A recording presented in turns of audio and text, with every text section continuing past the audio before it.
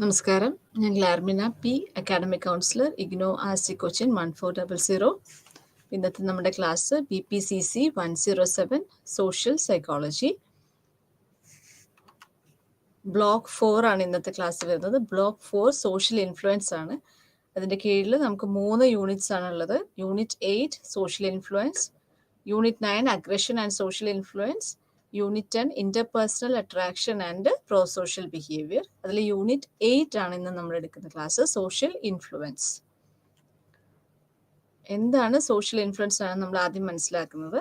It's A change in an individuals thoughts, feelings, attitudes or behaviours that results from interaction with another individual or group.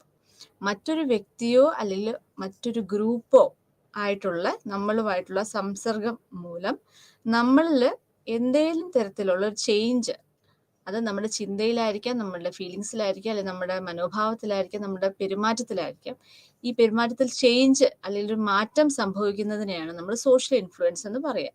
അപ്പം ഒരു വ്യക്തി നമ്മളെ എങ്ങനെ സ്വാധീനിക്കുന്നു, അല്ലെങ്കിൽ മറ്റൊരു ഗ്രൂപ്പ് നമ്മളുടെ ചിന്തകളെയും നമ്മളുടെ വികാരങ്ങളെയും നമ്മളുടെ മനോഭാവത്തെയും പെരുമാറ്റത്തെയും എങ്ങനെ സ്വാധീനിച്ച് നമ്മളിൽ മാറ്റങ്ങൾ വരുത്തുന്നു, അത് വളരെ ക്ലിയർ ആയിട്ടുള്ളൊരു മാറ്റമായിരിക്കണം, ഒരു റിയൽ ചേഞ്ച് തന്നെ ആയിരിക്കണം എന്നും നമ്മൾ പറയുന്നുണ്ട്.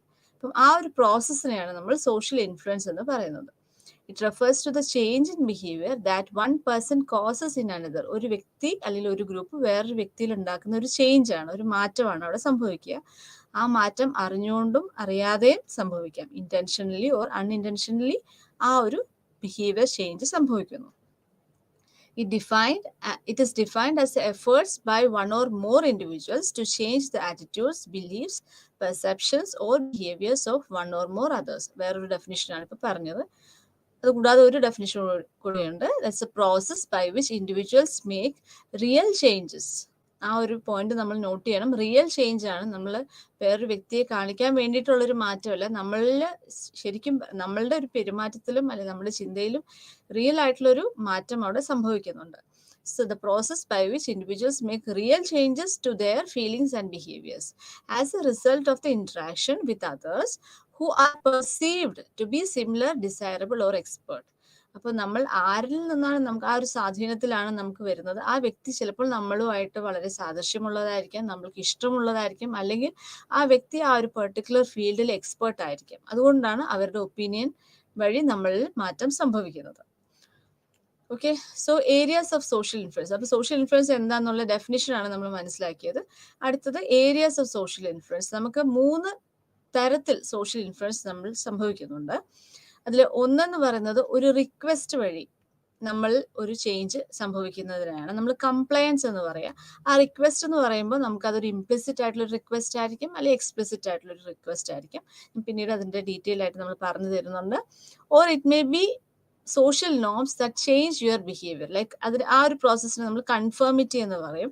Or it may be an order from some authority, നമ്മളെക്കാൾ ഒരു ഹയർ പൊസിഷനിൽ ഇരിക്കുന്ന ഒരു വ്യക്തി നമുക്ക് തരുന്ന ഒരു ഓർഡർ അനുസരിച്ച് നമ്മളുടെ ബിഹേവിയറിൽ മാറ്റം വരുന്നതിനെയാണ് നമ്മൾ ഒബീഡിയൻസ് എന്ന് പറയുക. അപ്പോൾ ഇത് 3 നമ്മൾ ഏരിയാസ് ഓഫ് സോഷ്യൽ ഇൻഫ്ലുവൻസ് പറയുന്നത്. ഒന്ന് കംപ്ലയൻസ് എന്ന് പറയുമ്പോൾ ഒരു റിക്വസ്റ്റ് വഴിയാണ് നമുക്ക് ആ മാറ്റം സംഭവിക്കുന്നത്. 2 കൺഫേമിറ്റി, അവിടെ നമുക്കൊരു സോഷ്യൽ നോം ഉണ്ട്, ആ നോമിനനുസരിച്ച് നമ്മൾ പെരുമാറുന്ന അവസ്ഥയാണ്, അല്ലെങ്കിൽ ചേഞ്ച് വരുത്തുന്ന അവസ്ഥയാണ്. 4 ഒരു ഹയർ അതോറിറ്റി നമുക്കൊരു ഓർഡർ തരുന്നു, അതിനനുസരിച്ച് നമ്മളുടെ ബിഹേവിയറിൽ ചേഞ്ച് വരുന്നു. So that is obedience. So compliance, conformity and obedience, ഇത് 3 ഇമ്പോർട്ടൻ്റ് ആണ്. പരീക്ഷയ്ക്ക് നമ്മൾ സ്ഥിരമായിട്ട് നമ്മൾ ഈ ഒരു മേഖലയിൽ നിന്ന് ചോദ്യങ്ങൾ വരാറുണ്ട്. ആദ്യത്തെ ഏരിയ ഓഫ് സോഷ്യൽ ഇൻഫ്ലുവൻസ് എന്ന് പറയുന്നത് കൺഫേമിറ്റി ആണ്. എന്താ കൺഫേമിറ്റി എന്ന് പറയുമ്പോൾ, it is a type of social influence in which individuals change their attitude or behaviour in order to adhere or to stick to the existing social norms. അപ്പോൾ നിലവിലുള്ള നിയമങ്ങൾക്കനുസരിച്ച്, norms അല്ലെങ്കിൽ rules അനുസരിച്ച്, അല്ലെങ്കിൽ ആ റൂൾസിനോട് നമ്മൾ ചേർന്ന് നിൽക്കുക, അല്ലെങ്കിൽ ആ ഒരു നോമിനോട് നമ്മൾ ചേർന്ന് നിൽക്കുന്ന ഒരു അവസ്ഥയാണ് നമ്മൾ കൺഫേമിറ്റി എന്ന് പറയുന്നത്. ഫോർ എക്സാമ്പിൾ, നമ്മളെ ഒരു പെർട്ടിക്കുലർ ഒരു റിലീജിയനിലെ ഒരു കൾച്ചറുമായിട്ട് നമ്മൾ ചേർന്ന് നിൽക്കുക, അല്ലെങ്കിൽ നമ്മളുടെ ഒരു ഏജ് കാറ്റഗറിയിൽ വരുന്ന ആളുകൾ എന്താ ചെയ്യുന്നത് അതിനോട് നമ്മൾ ചേർന്ന് നിൽക്കുക, അല്ലെങ്കിൽ നമ്മുടെ ഒരു എഡ്യൂക്കേഷൻ സ്റ്റാറ്റസിനനുസരിച്ച് നമ്മൾ ചേർന്ന് നിൽക്കുക, അല്ലെങ്കിൽ നമ്മളുടെ ഒരു പെർട്ടിക്കുലർ റിലീജിയൻ എന്താ നമ്മൾക്ക് പറയുന്നത് അതിനനുസരിച്ച് അതുമായിട്ട് നമ്മൾ പൊരുത്തപ്പെട്ട് നിൽക്കുന്നതിനാണ് നമ്മൾ കൺഫേമിറ്റി എന്ന് പറയുന്നത്. So it influences the formation and maintenance of social norms. അപ്പോൾ നമ്മളുടെ സൊസൈറ്റിയിൽ എക്സിസ്റ്റ് ചെയ്യുന്ന സോഷ്യൽ നോംസ് ഫോം ചെയ്യാനും അതുപോലെ അത് മുമ്പോട്ട് നല്ല രീതിയിൽ അത് മുമ്പോട്ട് പോകാനും ആണ് ഈ കൺഫർമിറ്റി എന്ന് പറയുന്ന ഒരു പ്രോസസ്സ് നമുക്ക് കാണാൻ സാധിക്കുന്നത്. And it allows a society to function smoothly and predictably. For example ഒരു ട്രാഫിക് റൂൾ എന്ന് പറയുമ്പം, അപ്പോൾ ട്രാഫിക് റൂൾസിൽ അത് കൃത്യമായിട്ട് നമ്മൾ പാലിക്കേണ്ടത് നമ്മുടെ സൊസൈറ്റിയുടെ ഫങ്ഷൻസ് സ്മൂത്തായിട്ട് പോകാനും അതുപോലെ നമുക്ക് പ്രെഡിക്റ്റ് ചെയ്യാനും കൂടിയിട്ടാണ് അത്തരത്തിലുള്ള നോംസ് എക്സിസ്റ്റ് ചെയ്യുന്നത്. സോ നമ്മൾ ആ നോംസ് ഫോളോ ചെയ്ത് നമ്മളുടെ ബിഹേവിയറിൽ ചേഞ്ചസ് വരുത്തുകയാണ് നമ്മൾ ചെയ്യുന്നത്. ഇപ്പം ട്രാഫിക് റൂൾസിൽ പറയുമ്പോൾ ഇപ്പോൾ സ്പീഡിൻ്റെ കാര്യം അല്ലെങ്കിൽ സിഗ്നലിൻ്റെ കാര്യങ്ങൾ വരുമ്പോഴും ഓവർടേക്കിങ്ങിൻ്റെ കാര്യങ്ങൾ ഇതെല്ലാം വരുമ്പോഴും നമ്മൾക്കൊരു നോം ഉണ്ട്. ആ നോമിനനുസരിച്ച് നമ്മൾ മുമ്പോട്ട് പോവുകയാണ് ചെയ്യുന്നത്. സോ അതനുസരിച്ച് നമ്മളുടെ ബിഹേവിയറിൽ ചേഞ്ച് വരുന്നു. ആദ്യമേ നമ്മൾ പഠിക്കുന്ന സമയത്ത് അല്ലെങ്കിൽ നമുക്കിത് അറിവില്ലായ്മ സമയത്ത് നമ്മൾ ആ ചേഞ്ചസ് മനസ്സിലാക്കുന്നില്ല. അതിന് പിന്നീട് ഇതാണ് നോം അല്ലെങ്കിൽ ഇതാണ് റൂൾ എന്ന് പറയുമ്പോൾ നമ്മളുടെ ബിഹേവിയറിൽ ചേഞ്ചസ് വരുത്തുന്നു. Okay, so because conformity is a group phenomenon, factors such as group size, unanimity, cohesion, status, prior commitment, and public opinion all determine the level of conformity an individual will display. അപ്പോൾ നമുക്കറിയാം social norms എന്ന് പറയുമ്പോൾ definitely അവിടെ group എന്താ പറയുന്നത് അതിന് നമ്മൾ priority കൊടുക്കുന്നു. അപ്പോൾ ഗ്രൂപ്പ് എങ്ങനെയാണ് നിൽക്കുന്നത് അതിനോട് ചേർന്ന് നമ്മൾ നിൽക്കാൻ ശ്രമിക്കുന്നു. അതുപോലെ ഗ്രൂപ്പിൽ എത്രത്തോളം ഒരു കൊഹഷൻ ഒരു അട്രാക്ഷൻ ഉണ്ടോ അതിനനുസരിച്ച് നമ്മൾ ആ സോഷ്യൽ നോംസിനോട് ചേർന്ന് നിൽക്കുന്നു. അതുപോലെ ഗ്രൂപ്പിന്റെ സ്റ്റേറ്റസ് അനുസരിച്ച് നമ്മൾ നിൽക്കുന്നു. നമ്മൾ കമ്മിറ്റഡ് ആണ്. ഒരു പർട്ടിക്കുലർ ഒരു ക്ലബിൽ ആണെങ്കിൽ ആ ക്ലബിൽ എന്താണ് അവർ പറയുന്നത് അതിനനുസരിച്ച് നമ്മൾ മുമ്പോട്ട് പോകുന്നു. സോ നമ്മൾ ആ ഒരു ക്ലബ് മെമ്പർ ആണെങ്കിൽ നമുക്കൊരു പ്രയർ കമ്മിറ്റ്മെന്റ് അവിടെ വരികയാണ്. അതുപോലെ തന്നെ പബ്ലിക് ഒപ്പീനിയൻ എന്താണ് അതിനനുസരിച്ച് നമ്മൾ നീങ്ങുന്നു. ഇതെല്ലാം പാർട്ട് ഓഫ് കൺഫർമിറ്റി ആണ് നമ്മൾ മനസ്സിലാക്കുക. കൺഫർമിറ്റി റിലേറ്റ് ചെയ്തിട്ടുള്ള ഒരു എക്സ്പെരിമെന്റ് ആണത്, Asch experiment on conformity. Solomon E Asch. അപ്പൊ നമ്മൾ കൺഫർമിറ്റി എന്ന് പറയുമ്പോൾ സോളമൻ ഇ ആഷ് ഇദ്ദേഹത്തിന്റെ പേര് നമ്മൾ ഓർത്ത് വെക്കേണ്ടതാണ്. സോ കൺഫർമിറ്റിയുടെ ഒരു എക്സ്പെരിമെന്റ് ആണ് പറയുന്നത്. ഇത് ഒരു ടെസ്റ്റ്, ഇത് ഒരു ഫേക്ക് ടെസ്റ്റ് നമുക്ക് പറയാം. ഇത് കൺഫർമിറ്റിയുടെ എത്രത്തോളം നമ്മളിൽ കൺഫർമിറ്റി ഉണ്ട്, നമ്മുടെ ഒരു ലെവൽ ഓഫ് കൺഫർമിറ്റി എത്രത്തോളം ഉണ്ട് എന്ന് മനസ്സിലാക്കുന്ന ഒരു ടെസ്റ്റ് ആണ്. പക്ഷെ ഈ ടെസ്റ്റിനെ മറ്റുള്ളവരിലേക്ക് ഇത് ഒരു ഡിസെപ്ഷൻ വഴിയാണ് ഈ ടെസ്റ്റ് നമ്മൾ നടത്തുന്നത്. അപ്പോൾ ഇത് കാണുമ്പോൾ ഇതൊരു ടെസ്റ്റ് ഓഫ് പെർസെപ്ഷൻ ജഡ്ജ്മെന്റ് ആയിട്ടാണ് നമുക്ക് തോന്നുന്നത്. സോ ഇതിൽ പറയുന്നത് നമുക്ക് ABC ഇങ്ങനെ 3 ലൈൻസ് നമുക്ക് കാണാം. അതിനോട് പാരലലി നമുക്ക് ലെഫ്റ്റ് സൈഡിൽ നമുക്ക് വേറൊരു ലൈനും കാണാം. സോ ഇതില് ആദ്യമേ പറഞ്ഞപ്പം 7 ആളുകളുടെ ഒരു ഗ്രൂപ്പ് ഉണ്ടായിരുന്നു, അതുപോലെ 9 ആളുകളുടെ ഒരു ഗ്രൂപ്പ് ഉണ്ടായിരുന്നു. അപ്പൊ 7 ആളുകളുടെ ഒരു ഗ്രൂപ്പില് 6 പേരും ഈ സോളമൻ ഇ ആഷ് അല്ലെങ്കിൽ ഈ എക്സ്പെരിമെന്ററിന്റെ കോൺഫെഡറേറ്റ്സ് ആയിരുന്നു. അത് എക്സ്പെരിമെന്റർ തന്നെ നിർത്തിയിട്ടുള്ള ആളുകളാണ്. സോ അവര് ഫേക്ക് പാർട്ടിസിപ്പൻസ് നമുക്ക് പറയാം. അതിനകത്ത് ഒരു റിയൽ പാർട്ടിസിപ്പന്റ് ആണുള്ളത്. 9 കോളേജ് സ്റ്റുഡൻസിന്റെ ടെസ്റ്റില് 8 പേരും ഈ എക്സ്പെരിമെന്ററിന്റെ കോൺഫെഡറേറ്റ്സ് ആണ്. അതിനകത്തും ഒരാളാണ് റിയൽ പാർട്ടിസിപ്പന്റ് ആയിട്ട് നിൽക്കുന്നത്. സോ അപ്പൊ ഈ 7 പേരില് ആദ്യത്തെ 6 പേരുടെ അടുത്ത് ചോദിച്ചിട്ടാണ് നമ്മൾ ആ റിയൽ പാർട്ടിസിപ്പന്റിന്റെ അടുത്ത് നമ്മൾ ചോദിക്കുന്നത്. അപ്പൊ റിയൽ പാർട്ടിസിപ്പന്റിന് അറിയില്ല, അവരുടെ വിചാരം പറയുന്നത് എല്ലാവരും റിയൽ പാർട്ടിസിപ്പന്റ് ആണെന്നാണ് ഇവർ ചിന്തിക്കുന്നത്. സോ പക്ഷെ അതിനകത്ത് ഒരു ആൾ മാത്രമാണ് റിയൽ പാർട്ടിസിപ്പന്റ് ആയിട്ട് വരുന്നത്. അപ്പം ഇതിൽ പറയുന്നത് ഈ 6 പേരുടെ അടുത്ത് നമ്മൾ ആദ്യമേ ചോദിക്കുന്ന ചോദ്യം ഇതാണ്: ABC ഈ 3 ലൈനിൽ ഏത് ലൈനാണ് ആദ്യത്തെ ലൈനുമായിട്ട് സിമിലർ ആയിട്ട് നിൽക്കുന്നത് എന്നാണ് ചോദിക്കുക. അപ്പൊ നമുക്കിത് കാണുമ്പോഴേ നമുക്കിത് മനസ്സിലാവും C ആണ് സിമിലർ ആയിട്ട് നിൽക്കുന്ന ലൈൻ എന്നുള്ളത്, C ആണ് എക്സാക്ട് ആയിട്ട് സിമിലർ ആയിട്ട് നിൽക്കുന്നതെന്ന് മനസ്സിലാവും. പക്ഷേ ഇതിനകത്ത് ആദ്യമേ ചോദിക്കുന്ന ഈ 6 പേരും തെറ്റുത്തരാണ് പറയുന്നത്. ഓക്കെ, അപ്പം 6 പേരും ഒരേ തെറ്റുത്തരം പറയുമ്പോൾ 7ാമത്തെ ആളായ റിയൽ പാർട്ടിസിപ്പന്റ് ഈ തെറ്റുത്തരത്തിനോട് ചേർന്ന് നിൽക്കുന്ന അവസ്ഥയാണ് നമ്മൾ കാണുന്നത്. സോ അപ്പം 75% ട്രയൽസ് നമ്മൾ നടത്തിയപ്പോഴും ഇതേ സിറ്റുവേഷൻ ആണ് നമ്മൾ കണ്ടത്. സോ അതിൽ 25% ആളുകൾ റിയൽ ഉത്തരം തന്നെ പറഞ്ഞു, C ആണ് ഉത്തരം എന്ന് പറഞ്ഞു. ബാക്കി 75% ആളുകളും ആ കൺഫേം ചെയ്യാണ് ചെയ്തത്. അതായത് ഗ്രൂപ്പ് എന്താണ് പറയുന്നത് ആ ഗ്രൂപ്പിനോട് ചേർന്ന് നിൽക്കുകയാണ് ചെയ്തത്, even though they know that the result or the answer is wrong എന്നുള്ളതാണ് കണ്ടീഷൻ. സോ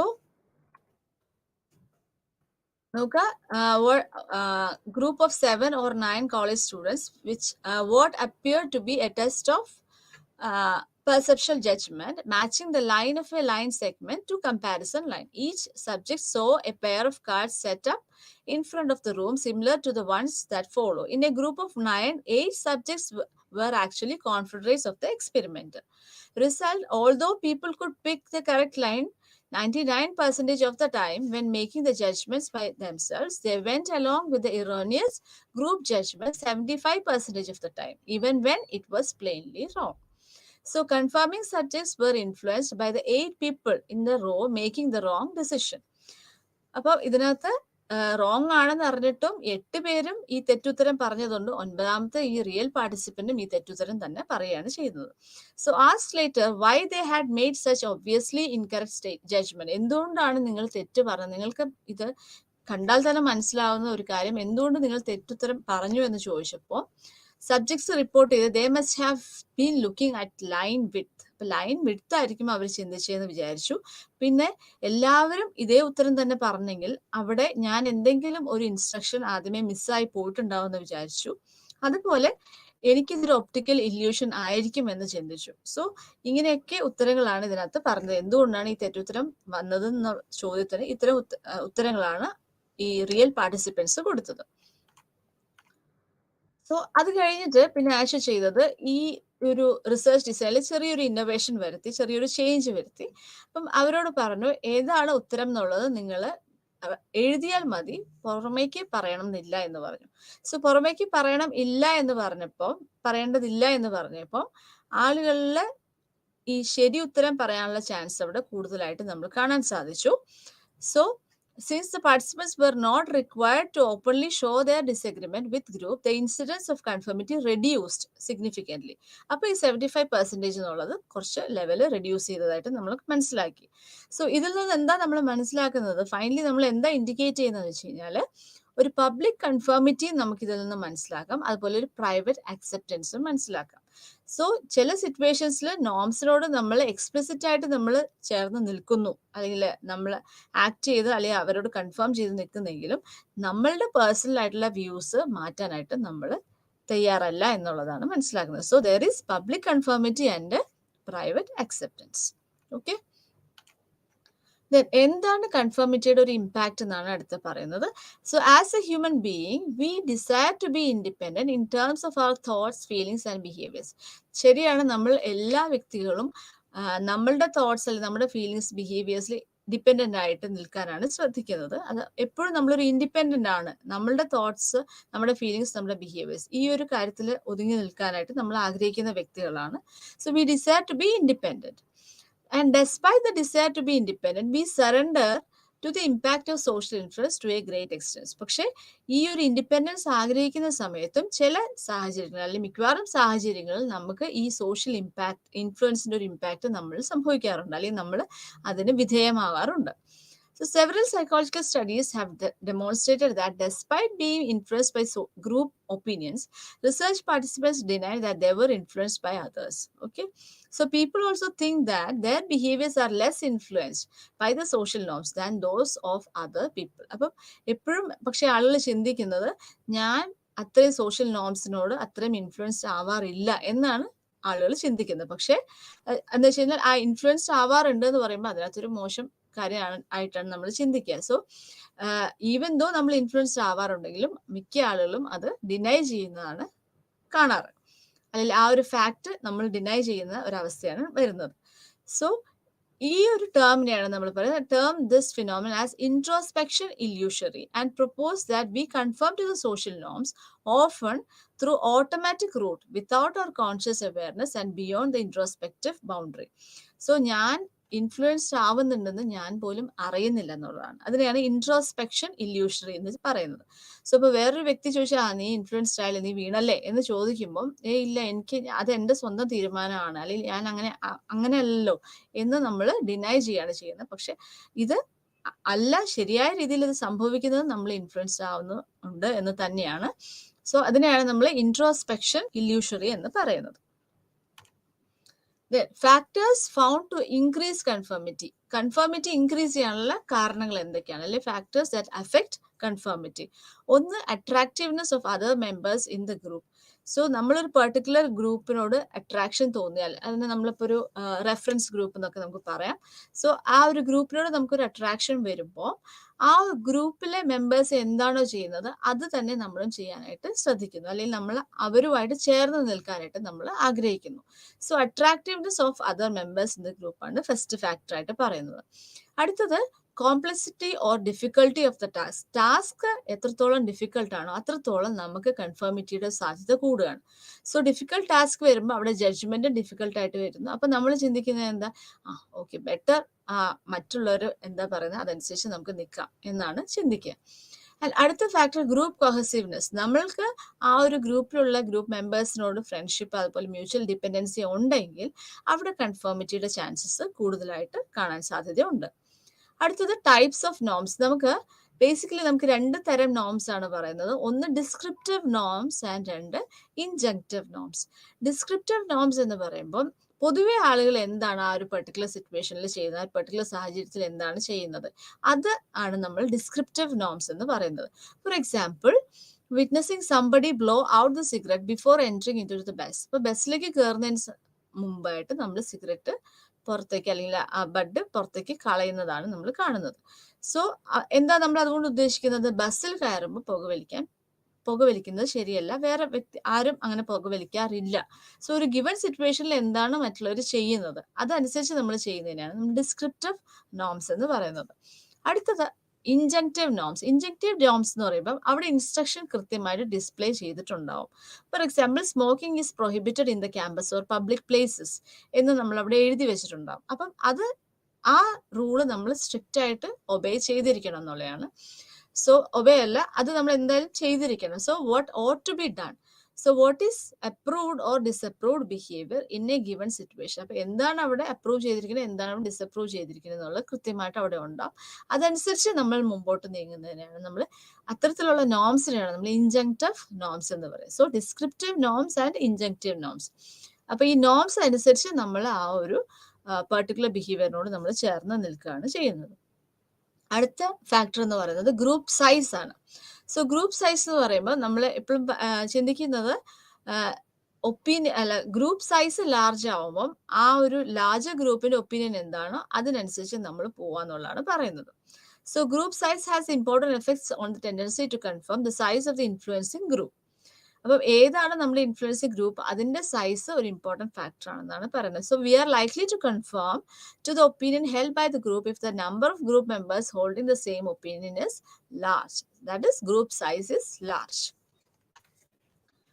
അടുത്തത് റീസൺസ് ഫോർ കൺഫേമിറ്റി. എന്തുകൊണ്ടാണ് നമ്മൾ കൺഫേം ചെയ്യുന്നതിന് 2 റീസൺസ് ആണ് പറയുന്നത്. ഒന്ന് നോർമേറ്റീവ് സോഷ്യൽ ഇൻഫ്ലുവൻസ് അല്ലെങ്കിൽ the desire to be liked.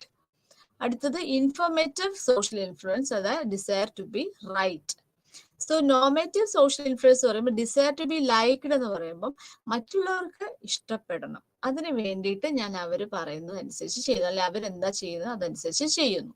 അതാണ് നോർമേറ്റീവ് സോഷ്യൽ ഇൻഫ്ലുവൻസ് എന്ന് പറയുമ്പോൾ. ആൻഡ് ഇൻഫോർമേറ്റീവ് സോഷ്യൽ ഇൻഫ്ലുവൻസ് എന്ന് പറയുമ്പോൾ ഡിസയർ ടു ബി റൈറ്റ്. അപ്പൊ ഇൻഫർമേഷൻ ഏതാണോ റൈറ്റ് എന്ന് ഞാൻ ചിന്തിക്കുന്നു അതിനോട് ചേർന്ന് നിൽക്കുന്നതിനാണ് ഇൻഫോർമേറ്റീവ് സോഷ്യൽ ഇൻഫ്ലുവൻസ് എന്ന് പറയുന്നത്. Okay, so normative social influence occurs when one confirms to be liked or accepted by the members of the group. So it is the function of social impact theory which has 3 components. അപ്പൊ 3 components ആണ് ഇതിനകത്ത് വരുന്നത്. Number increase ചെയ്യുന്നതോറും each person has less of an impact എന്നും പറയുന്നുണ്ട്. So ഗ്രൂപ്പിന്റെ strength എങ്ങനെയാണ്, അതായത് ഗ്രൂപ്പ് എത്രത്തോളം ആ ഒരു പേഴ്സണിന് ഇമ്പോർട്ടന്റ് ആണ് എന്നുള്ളതാണ് ഒരു കാര്യം. അതുപോലെ ഗ്രൂപ്പിന് നമ്മൾ എത്രത്തോളം വാല്യൂ കൊടുക്കുന്നുണ്ട് എന്നുള്ളത് വേറൊരു കാര്യം. അടുത്തത് ഇമ്മീഡിയസി, നമ്മൾ ആ ഗ്രൂപ്പുമായിട്ട് എപ്പോഴും ചേർന്ന് നിൽക്കുന്നുണ്ട്. ഇപ്പൊ ചില ഗ്രൂപ്പിൽ ചില സിറ്റുവേഷൻസിൽ നമ്മൾ അവരെ കാണുന്നേ ഇല്ല പിന്നീട്. അങ്ങനെ വരുമ്പോൾ നമ്മുടെ ആ കൺഫേമിറ്റി ലെവൽ അവിടെ കുറഞ്ഞു നിൽക്കാനാണ് സാധ്യത. പക്ഷെ ഞാൻ ആ ഗ്രൂപ്പായിട്ട് എപ്പോഴും ഇടപെടേണ്ട സാഹചര്യമുണ്ട്, എപ്പോഴും എൻ്റെ അടുത്ത് തന്നെയാണ്, ഞാൻ അവരുമായിട്ട് എപ്പോഴും ടൈം സ്പെൻഡ് ചെയ്യേണ്ട ഒരു ആവശ്യമുണ്ടെങ്കിൽ എത്രത്തോളം നമ്മൾ ക്ലോസ് ആണ് അതാണ് അർത്ഥം വരുന്നത്. അതനുസരിച്ച് നമ്മുടെ കൺഫേമിറ്റി ലെവൽ അല്ലെങ്കിൽ നോർമേറ്റീവ് സോഷ്യൽ ഇൻഫ്ലുവൻസ് ലെവൽ കൂടും എന്നാണ് പറയുന്നത്. So when accuracy is not very important. അതുപോലെ ആക്യുറസി, അതായത് അവിടെ ഇപ്പോൾ ശരി തെറ്റല്ല ഇത്രയും ആക്യുറേറ്റ് ആവണം എന്ന് നിർബന്ധമില്ലെങ്കിൽ അവിടെ നമ്മൾ റോങ് ആൻസർ ആയിരിക്കും നല്ലത് than risk of social disapproval. അവിടെ മറ്റുള്ളവർ നമ്മളെ ഒറ്റപ്പെടുത്തുക അല്ലെങ്കിൽ മാറ്റി നിർത്തുന്നതിനേക്കാൾ നല്ലത് അവരോട് കൂടി ചേർന്ന് ആ ഒരു തെറ്റ് ഉത്തരം ആയിട്ട് മുമ്പോട്ട് പോകുക, അല്ലെങ്കിൽ തെറ്റ് ആൻസറുമായിട്ട് മുമ്പോട്ട് പോകുന്നതാണ് നല്ലത് എന്നാണ് ചിന്തിക്കുന്നത്. ഓക്കെ, സോ ഇതാണ് നോർമേറ്റീവ് സോഷ്യൽ ഇൻഫ്ലുവൻസ് എന്ന് പറയുന്നത്. സോ നോം എന്ന് നമ്മൾ ഓർത്താൽ മതി. And it is a desire to be liked or accepted by the members of the group. അടുത്തത് ഇൻഫർമേഷണൽ സോഷ്യൽ ഇൻഫ്ലുവൻസ് ആണ്. സോ ഇത് സംഭവിക്കുന്നത് എന്താണ്, ഇവിടെ the desire to be right or to obtain accurate information എന്നുള്ളതാണ് ഉദ്ദേശിക്കുന്നത്. അപ്പൊ സിറ്റുവേഷൻ ആംബിഗ്വസ് ആണ്, ക്ലാരിറ്റി ഇല്ലെങ്കിൽ അവിടെ people becomes uncertain about what to do. അങ്ങനെ വരുമ്പോൾ ഗ്രൂപ്പ് എന്താ പറയുന്നത് അതനുസരിച്ച് നമ്മൾ നിൽക്കുകയാണ് ചെയ്യുന്നത്. And during a crisis when immediate action is necessary in spite of panic, looking to other people can help ease fears and but unfortunately they are not always right. അപ്പൊ ഒരു പാനിക് സിറ്റുവേഷൻ അല്ലെങ്കിൽ പെട്ടെന്ന് നമ്മളൊരു action എടുക്കേണ്ട ഒരു സാഹചര്യം വരുമ്പോൾ അവിടെ നമ്മൾ പാനിക് ആയി നിൽക്കാതെ മറ്റുള്ളവർ എന്താ ചെയ്യുന്നത് അതനുസരിച്ച് നമ്മൾ ചെയ്യുകയാണ് അവിടെ ചെയ്യുക. So that's a desire to be right എന്നാണ് പറയുന്നത്. പക്ഷെ അവിടെ എപ്പോഴും നമ്മൾ മറ്റുള്ളവർ എപ്പോഴും റൈറ്റ് ആവണമെന്ന് നിർബന്ധവും ഇല്ല. പക്ഷെ ഒരു ഇമ്മീഡിയറ്റ് ആക്ഷൻ സിറ്റുവേഷൻ വരുമ്പോൾ നമ്മൾ അങ്ങനെ ആ ഒരു സിറ്റുവേഷൻ ആ ഒരു ഇൻഫ്ലുവൻസിൽ ആയി പോവുകയാണ് ചെയ്യുക. And the more knowledgeable A person is the more valuable they are as A resource.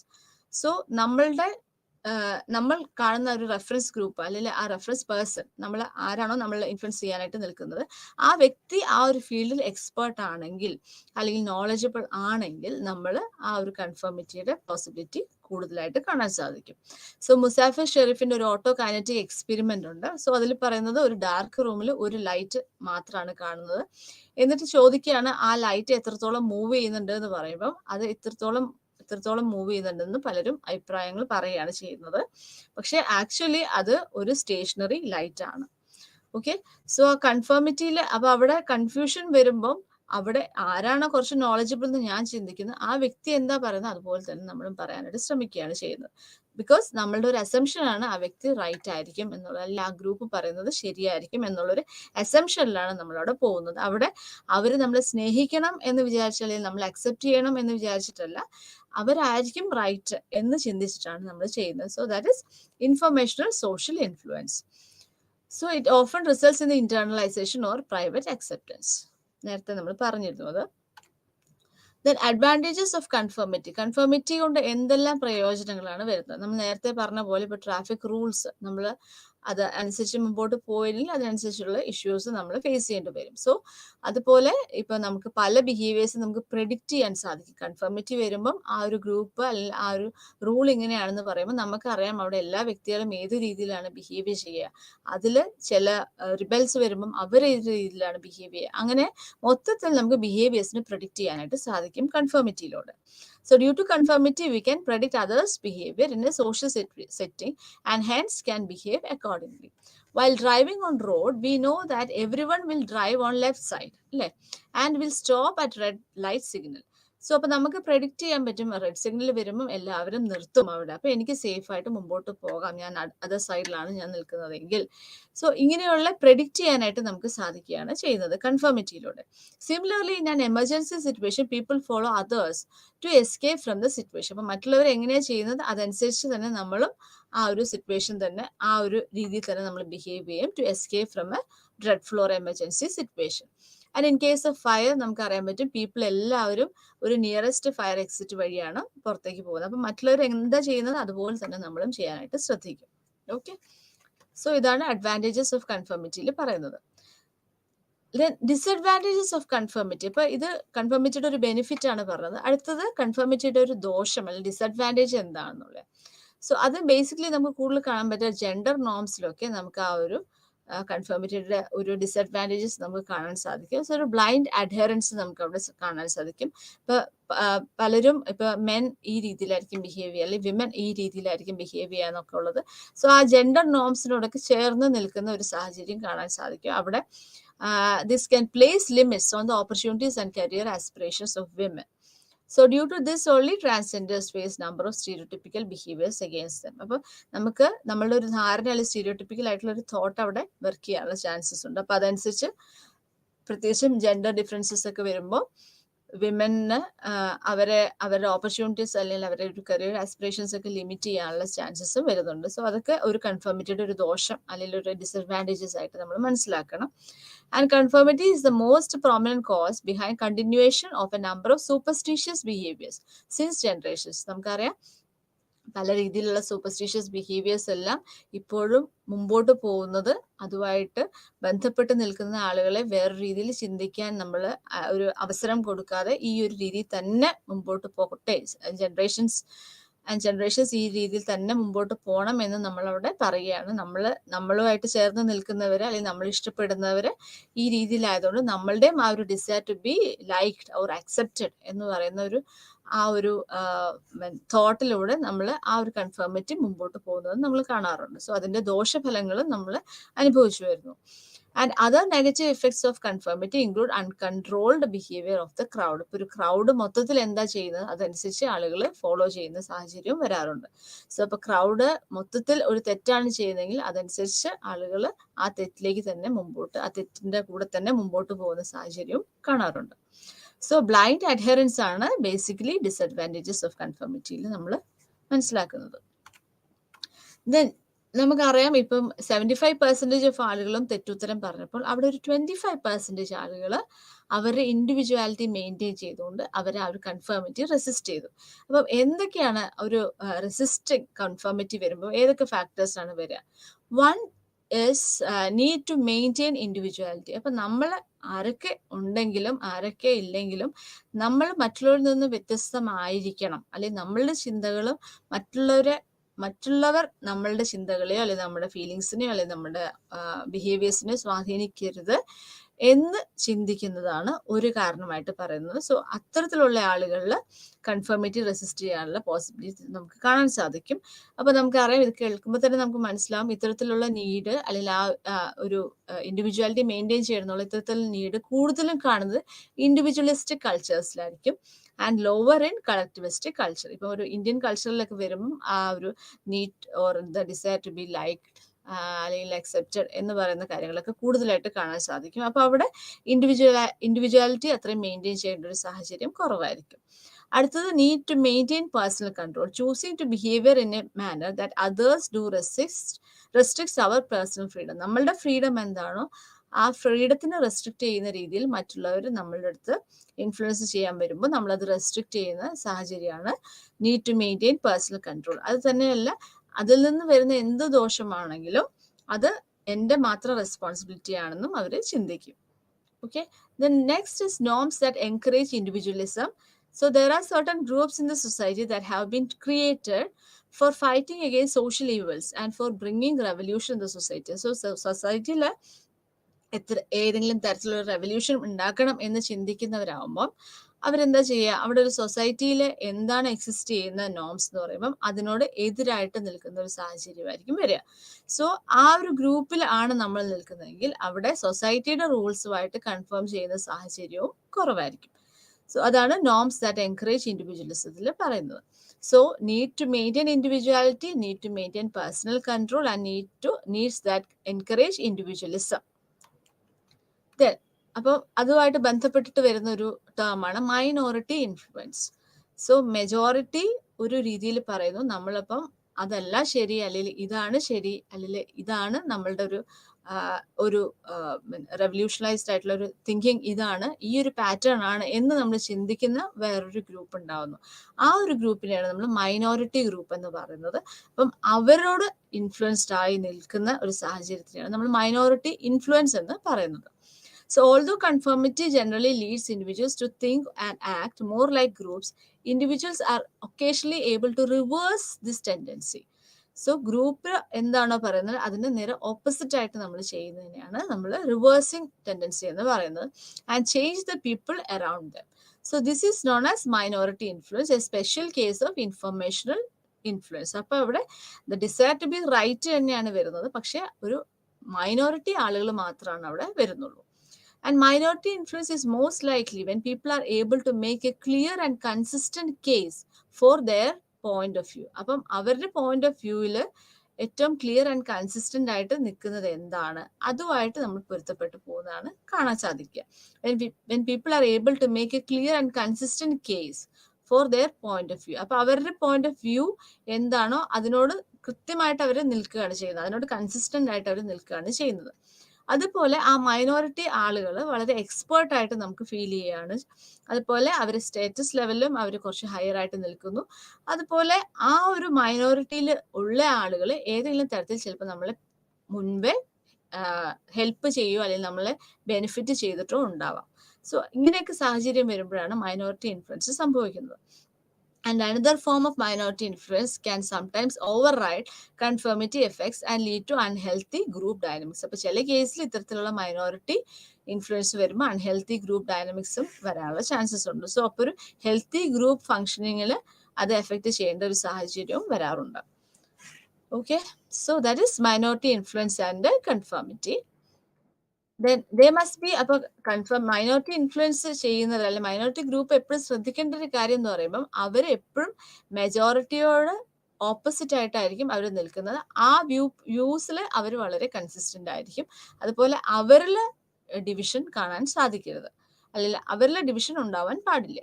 And they must not be rigid or dogmatic. അപ്പൊ അവർ ഒത്തിരി റിജിഡ് ആയിട്ട് നിൽക്കുകയും അതുപോലെ സെയിം ആയിട്ടുള്ള പ്രൊപ്പോസിഷൻസ് റിപ്പീറ്റഡ് ആയിട്ട് വെക്കുന്നതും ബുദ്ധിമുട്ടായിരിക്കും. സോ ഒരു ഡിഗ്രി ഓഫ് ഫ്ലെക്സിബിലിറ്റി അവരിൽ നിന്ന് നമ്മൾ കൂടുതൽ പ്രതീക്ഷിക്കുന്നുണ്ട്. Then minority that argue for a position that is consistent with current social trend are more influential. So current social trend എന്താണോ അതിനോട് ചേർന്ന് നിൽക്കുന്ന ലെവലിൽ മൈനോറിറ്റി വരുന്നതായിരിക്കും കൂടുതൽ ഇൻഫ്ലുവൻഷ്യൽ ആയിട്ട് നമ്മൾ കാണാറ്. Okay, so that is minority influence and conformity. So കൺഫോമിറ്റിയിൽ നമ്മൾ എന്താണ് conformity, then types of conformity, then reasons for conformity, then factors affecting conformity, then minority resisting conformity, then minority influence and conformity. ഇത്രയും കാര്യങ്ങളാണ് മനസ്സിലാക്കിയത്. അടുത്ത area of social influence എന്ന് പറയുന്നത് complaints ആണ്. സോ കംപ്ലൈൻസ് എന്ന് പറയുമ്പോൾ എപ്പോഴും നമ്മൾക്ക് അവിടെ ഒരു റിക്വസ്റ്റ് ആണ് അവിടെ വരുന്നത്. അപ്പോൾ ഒരു റിക്വസ്റ്റിന് അനുസരിച്ച്, അപ്പോൾ ആ റിക്വസ്റ്റ് എന്ന് പറയുമ്പോൾ മേ ബി അതൊരു ഡൊണേഷൻ തരാമോ എന്ന് ചോദിക്കുന്ന ഒരു റിക്വസ്റ്റ്, ഡയറക്റ്റ് റിക്വസ്റ്റ് ആയിരിക്കും. അതിനാണ് എക്സ്പ്ലിസിറ്റ് റിക്വസ്റ്റ് എന്ന് പറയുന്നത്. രണ്ടാമത്തത് എന്ന് പറയുന്നത് ഇംപ്ലിസിറ്റ് റിക്വസ്റ്റ് ആണ്. ഇംപ്ലിസിറ്റ് റിക്വസ്റ്റ് എന്ന് പറയുമ്പോൾ ഇപ്പോൾ ഒരു അഡ്വർടൈസ്മെന്റ്, അപ്പൊ അവർ നമ്മൾ ഡയറക്റ്റ് വന്ന് പർച്ചേസ് ചെയ്യാനോ അല്ലെങ്കിൽ പ്രോഡക്ട്സ് കാണിക്കുകയോ ചെയ്യുന്നതല്ല, പക്ഷെ അവർ പ്രൊമോട്ട് ചെയ്യാണ്, അല്ലെ, അവർ പ്രോഡക്ട്സ് പ്രൊമോട്ട് ചെയ്യാണ് ത്രൂ അഡ്വർടൈസ്മെന്റ്. സോ അതാണ് ഇംപ്ലിസിറ്റ് റിക്വസ്റ്റ് എന്ന് പറയുന്നത്. So anyway implicit or explicit request വഴി നമ്മളുടെ ബിഹേവിയറിലോ തോട്ട്സിലോ ഫീലിങ്സിലോ ഒപ്പീനിയനിലോ ആറ്റിറ്റ്യൂഡിലോ ചേഞ്ച് സംഭവിക്കുന്ന ഒരു സോഷ്യൽ ഇൻഫ്ലുവൻസ്ഡ് ആണ് നമ്മൾ കംപ്ലൈൻസ് എന്ന് പറയുന്നത്. ഓക്കെ, അതിന് എക്സാമ്പിൾ ആണ് ഇപ്പോൾ സെയിൽസ് പേഴ്സൺസ്, നമ്മളേക്ക് വീടുകളിൽ വരാറുണ്ട്, സെയിൽസ് പേഴ്സൺസ് വരാറുണ്ട്, അതുപോലെ advertisers, then insurance agencies, politicians, professional negotiators etcetera. ഇവരെല്ലാവരും കംപ്ലൈൻസ് പ്രൊഫഷണൽസ് ആണ്. ഇപ്പം നമുക്കറിയാം നമ്മുടെ വീടുകളിൽ വരുന്നവർ, അതുപോലെ അഡ്വർടൈസ്മെന്റ്സ്, ഇൻഷുറൻസ്, LIC പോലെ അല്ലെ SBI അങ്ങനെയൊക്കെയുള്ള ഇൻഷുറൻസ് ആളുകൾ വരുമ്പോൾ, ഏജൻസി വരുമ്പോൾ അവർ മാക്സിമം അവരുടെ പ്രോഡക്ട്സ് പ്രൊമോട്ട് ചെയ്യാനും കാര്യങ്ങളൊക്കെയാണ് അവർ ശ്രമിക്കുക. ഓക്കെ, സോ ഇതിൽ അവർ ഫോളോ ചെയ്യുന്ന ചില പ്രിൻസിപ്പിൾസ് ഉണ്ട്. And these are the basic principles underlay many techniques professionals use for gaining compliance. So basic principles behind compliance ആണ് നമ്മൾ മനസ്സിലാക്കാൻ പോകുന്നത്. സോ അതിൽ 6 പ്രിൻസിപ്പിൾസ് ആണ് വരുന്നത്. ഒന്ന് ഫ്രണ്ട്ഷിപ്പ് ഓർ ലൈക്കിംഗ് ആണ് പറയുന്നത്. സോ ഫ്രണ്ട്ഷിപ്പ് ഓർ ലൈക്കിങ്ങിൽ നമ്മൾ പറയുന്നത് we are more willing to comply with requests from friends or from people we like than with requests from strangers or people we do not like. അപ്പൊ നമ്മൾക്ക് ഇഷ്ടമുള്ളതും നമ്മൾക്ക് പരിചയമുള്ളതും നമ്മുടെ ഫ്രണ്ടായിട്ട് നിൽക്കുന്നവരും അവര് നമ്മളടുത്ത് റിക്വസ്റ്റ് ചെയ്യുമ്പോൾ അതിനോട് നമ്മൾ കൂടുതൽ കംപ്ലൈൻസ് കാണിക്കാറുണ്ട്. ദാൻ നമ്മൾക്ക് അറിയില്ലാത്തവര്, നമ്മൾ സ്ട്രേഞ്ചേഴ്സ് അല്ലെങ്കിൽ നമുക്ക് ഇഷ്ടമില്ലാത്തവര് നമ്മുടെ അടുത്ത് വന്ന് റിക്വസ്റ്റ് ചോദിച്ച് നമ്മൾ കംപ്ലൈൻസ് അവിടെ കുറവായിട്ടാണ് കാണുക. സോ അതാണ് ഫസ്റ്റ് ബേസിക് പ്രിൻസിപ്പിൾ എന്ന് പറയുന്നത്, that is friendship or liking. രണ്ടാമത്തെ principle commitment or consistency. So once we commit our self to a position or an action, അപ്പോൾ ഞാൻ കമ്മിറ്റ് ചെയ്താൽ പിന്നെ നമ്മൾക്ക് അവിടെ മാറ്റാനായിട്ട് ബുദ്ധിമുട്ടായിരിക്കും അല്ലേ. So we are more willing to say or do things that fit with committed positions in various ways. അപ്പോൾ നമ്മൾ ഓക്കെ ഞാൻ ചെയ്യാം, അല്ലെങ്കിൽ ഞാൻ അത് വാങ്ങിക്കാം, അല്ലെങ്കിൽ ഞാൻ അതിനെക്കുറിച്ച് ചിന്തിക്കാം എന്ന് പറഞ്ഞു കഴിഞ്ഞാൽ പിന്നെ നമ്മളുടെ ആ വാക്ക് നിലനിർത്താൻ വേണ്ടിയിട്ട് നമ്മൾ ചെയ്യുന്ന ഒരു കംപ്ലയൻസ് ആണ്. ആ ഒരു പ്രിൻസിപ്പിളിനെയാണ് നമ്മൾ കമ്മിറ്റ്മെന്റ് ഓർ കൺസിസ്റ്റൻസി പ്രിൻസിപ്പിൾ എന്ന് പറയുന്നത്. Next is scarcity. സ്കേഴ്സിറ്റി എന്ന് പറയുമ്പം നമ്മൾ കൂടുതൽ വാല്യൂ കൊടുക്കുന്നത്, അല്ലെങ്കിൽ നമുക്കൊരു വർത്തി ആയിട്ട് തോന്നുന്നത്, അല്ലെങ്കിൽ ഇപ്പം തീർന്നുകൊണ്ടിരിക്കുന്ന അല്ലെങ്കിൽ വളരെ സ്കേഴ്സ് ആയിട്ട് നിൽക്കുന്ന ഓപ്പർച്യൂണിറ്റീസ്, ഇതൊക്കെ ഗ്രാബ് ചെയ്യാനായിട്ട് ആളുകൾക്ക് ഒരു ടെൻഡൻസി ഉണ്ട്. സോ അവിടെ സ്കേഴ്സിറ്റി പ്രിൻസിപ്പിൾസ് ആണ്. അപ്പൊ ഈവൻ ദോ നമ്മൾക്ക് ആ ഒരു പ്രോഡക്റ്റ് കൊണ്ട് വലിയ മെച്ചമില്ല, അല്ലെങ്കിൽ നമ്മളത് അത്ര ഉപയോഗിക്കുന്നില്ലെങ്കിൽ കൂടി സ്കാസിറ്റി എന്ന് പറയുന്ന ഒരു അവസ്ഥ വരുമ്പോൾ നമ്മൾ അത് പെട്ടെന്ന് ഗ്രാബ് ചെയ്യാനുള്ള ഒരു ടെൻഡൻസിയാണ് അവിടെ വരുന്നത്. സോ നമ്മൾ എപ്പോഴും ലൂസിങ്ങിനെ കുറിച്ച് നമ്മൾ കൂടുതൽ ചിന്തിക്കും ദാൻ ഗെയിനിങ് എന്ന് പറയുന്നതാണ് മനസ്സിലാക്കുന്നത്. സോ ആ ഒരു പ്രിൻസിപ്പിളിനെയാണ് നമ്മൾ സ്കാസിറ്റി പ്രിൻസിപ്പിൾ എന്ന് പറയുന്നത്. അടുത്തത് റെസിപ്രോസിറ്റി. റെസിപ്രോസിറ്റി എന്ന് പറയുമ്പോൾ എന്താണ്? We are generally more willing to comply with a request from someone who has previously provided a favor or concession to us than to someone who has not. അപ്പൊ നമ്മൾക്ക് എപ്പോഴെങ്കിലും ആ ഒരു വ്യക്തിയോ അല്ല ആ ഒരു ഗ്രൂപ്പോ നമ്മളെ സഹായിച്ചിട്ടുണ്ടാവാം. സോ അതിന് പകരമായിട്ട് നമ്മൾ അവര് ചോദിക്കുന്നത്, അല്ലെങ്കിൽ അവരുടെ ആ ഒരു റിക്വസ്റ്റ് നമ്മൾ ഏറ്റെടുത്ത് ചെയ്യുന്ന, അതുവഴി നമ്മളുടെ ബിഹേവിയറിൽ ചേഞ്ച് വരുത്തുന്നതിനാണ് ആ ഒരു പ്രിൻസിപ്പിളാണ് നമ്മൾ റെസിപ്രോസിറ്റി എന്ന് പറയുന്നത്. സോ അവര് നമ്മൾക്ക് ചെയ്തതിന് നമ്മൾ തിരിച്ച് ചെയ്യുന്ന ഒരു അവസ്ഥയാണ് റെസിപ്രോസിറ്റി എന്ന് പറയുമ്പോൾ.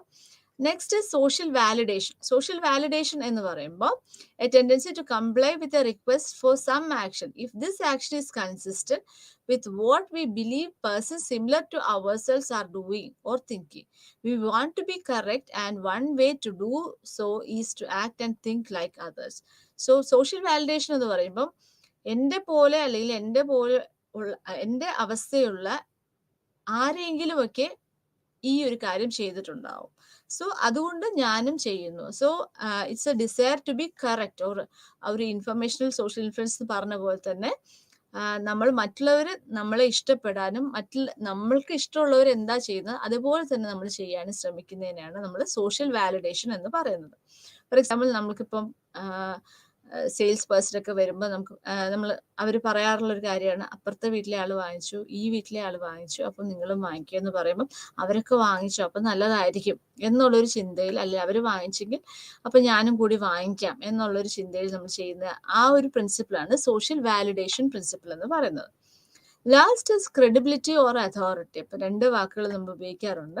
സോ ഇതിൽ പറയുന്നത് ആ സോഴ്സ് ഒരു എക്സ്പേർട്ട് ആണെങ്കിൽ, and whether he is having accurate or adequate knowledge, ability or skill, അങ്ങനെയാണെങ്കിൽ നമ്മൾ അതിന് കൂടുതൽ ക്രെഡിബിൾ ആണെന്ന് ചിന്തിക്കുകയും നമ്മൾ ആ റിക്വസ്റ്റ് കൂടുതലായിട്ട് റെസ്പെക്ട് ചെയ്യുകയും ചെയ്യുകയാണ് ചെയ്യുന്നത്. അതുവഴി നമ്മൾ കൂടുതലും കംപ്ലൈ ചെയ്യാണ് വരുന്നത്. Okay, so that is credibility or authority. So നമ്മൾ 6 പ്രിൻസിപ്പിൾസ് ആണുള്ളത്: friendship or liking, commitment or consistency, scarcity, reciprocity, social validation, last credibility or authority. Then techniques professional use for gaining compliance. So അപ്പം ഈ 6 principles നമ്മൾ പറഞ്ഞു. ഈ 6 പ്രിൻസിപ്പിൾസിലും base ചെയ്തിട്ട് ഓരോ tactics ഉണ്ട്. സോ അതിനകത്ത് ഫസ്റ്റ് നമ്മൾ നേരത്തെ കണ്ടിരുന്നു, ഫസ്റ്റ് പ്രിൻസിപ്പിൾ എന്ന് പറയുന്നത് ഫ്രണ്ട്ഷിപ്പ് ഓർ ലൈക്കിംഗ് ആണ്. അതിനെ ബേസ് ചെയ്തിട്ടുള്ള ചില ടാക്ടിക്സ് ആണ് പറയുന്നത്. സോ നമ്മൾ ഫ്രണ്ട്ഷിപ്പ് ഓർ ലൈക്കിങ്ങിൽ നമ്മൾ പറഞ്ഞ എന്താണ്, നമുക്ക് ഇഷ്ടമുള്ള ഒരു വ്യക്തി അല്ലെങ്കിൽ നമ്മളുടെ ഒരു ഫ്രണ്ട് ആയിരിക്കുന്ന ഒരു വ്യക്തി നമ്മളടുത്ത് ഒരു റിക്വസ്റ്റ് ചെയ്യുമ്പോൾ നമ്മളത് എഗ്രി ചെയ്യുന്ന ഒരു സിറ്റുവേഷൻ ആണ് വരുന്നത്. അപ്പം അതിൽ എൻകറേജേഷൻ എന്ന് പറയുന്നതാണ് ഫസ്റ്റ് ടാക്ടിക് ആയിട്ട് ഉദ്ദേശിക്കുന്നത്. So getting others to like us, മറ്റുള്ളവർ നമ്മളെ ഇഷ്ടപ്പെടണം. അപ്പൊ അങ്ങനെ വരുമ്പോൾ നമ്മൾ പറയുന്ന ആ ഒരു റിക്വസ്റ്റ് അവര് എഗ്രി ചെയ്യും. അതാണ് അതിൻ്റെ ഒരു ടാക്ടിക് എന്ന് പറയുന്നത്. സോ അതിന് വേണ്ടിയിട്ട് എന്തൊക്കെ നമ്മൾ ചെയ്യും? നമ്മൾ self enhancing tactics of impression management. For example നമ്മുടെ അടുത്ത് നമ്മളിപ്പോൾ ഒരു ക്ലയന്റിനെ കാണുകയാണെങ്കിൽ നമ്മൾ അവരുടെ അടുത്ത് സ്മൈൽ ചെയ്യുന്നു, അതുപോലെ high level of eye contact നമ്മൾ മെയിൻറ്റെയിൻ ചെയ്യുന്നു, പോസിറ്റീവ് ആയിട്ടുള്ള നോൺ വെർബൽ ക്യൂസ് നമ്മൾ കൊടുക്കുന്നു, അതുപോലെ അവർക്ക് ഇഷ്ടമുള്ള രീതിയിൽ നമ്മൾ പെരുമാറാനായിട്ട് ശ്രദ്ധിക്കുന്നു. So that is self enhancing tactics. Then other enhancing tactics, for example നമ്മൾ അവരെ ഫ്ലാറ്റർ ചെയ്യുന്നു, അവർ നല്ല അവരുടെ ഗുണഗണങ്ങൾ നമ്മൾ വർണ്ണിക്കുന്നു, അതുപോലെ അവരെന്താണോ ടാർഗറ്റ് പേഴ്സൺ എന്താണോ പറയുന്നത് അത് ശരിയാണ്, മാഡം അത് പറയുന്നത് ശരിയാണ്, അല്ലെങ്കിൽ സാർ അത് പറയുന്നത് ശരിയാണെന്ന് പറഞ്ഞിട്ട് അവർ പറയുന്ന സ്റ്റേറ്റ്മെന്റ്സിനോട് നമ്മൾ എഗ്രി ചെയ്യുന്നു. അപ്പൊ അവർ പറയുന്ന കാര്യങ്ങളിൽ നമുക്ക് താല്പര്യമുണ്ടെന്ന് നമ്മൾ കാണിക്കുന്നു. അതുപോലെ അവർക്ക് എന്തെങ്കിലുമൊക്കെ സ്മോൾ ഗിഫ്റ്റ്സ് അല്ലെങ്കിൽ ഫേവേഴ്സ് നമ്മൾ കൊടുക്കുന്നു. സോ ഇതൊക്കെ വഴി ആണ് നമ്മൾ ഒരു അതർ എൻഹാൻസ്മെന്റ് ടാക്ടിക്സ് പറയുന്നത്.